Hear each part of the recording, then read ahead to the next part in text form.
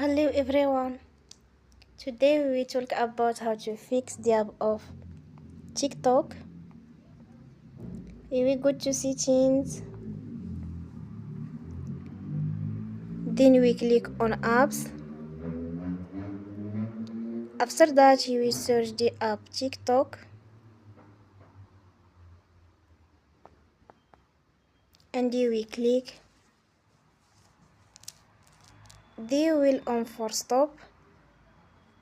After that you will go to storage.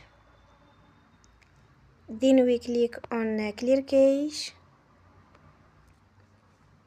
You will go to Play Store. And they will update your app. Don't forget to support us by like and subscribe.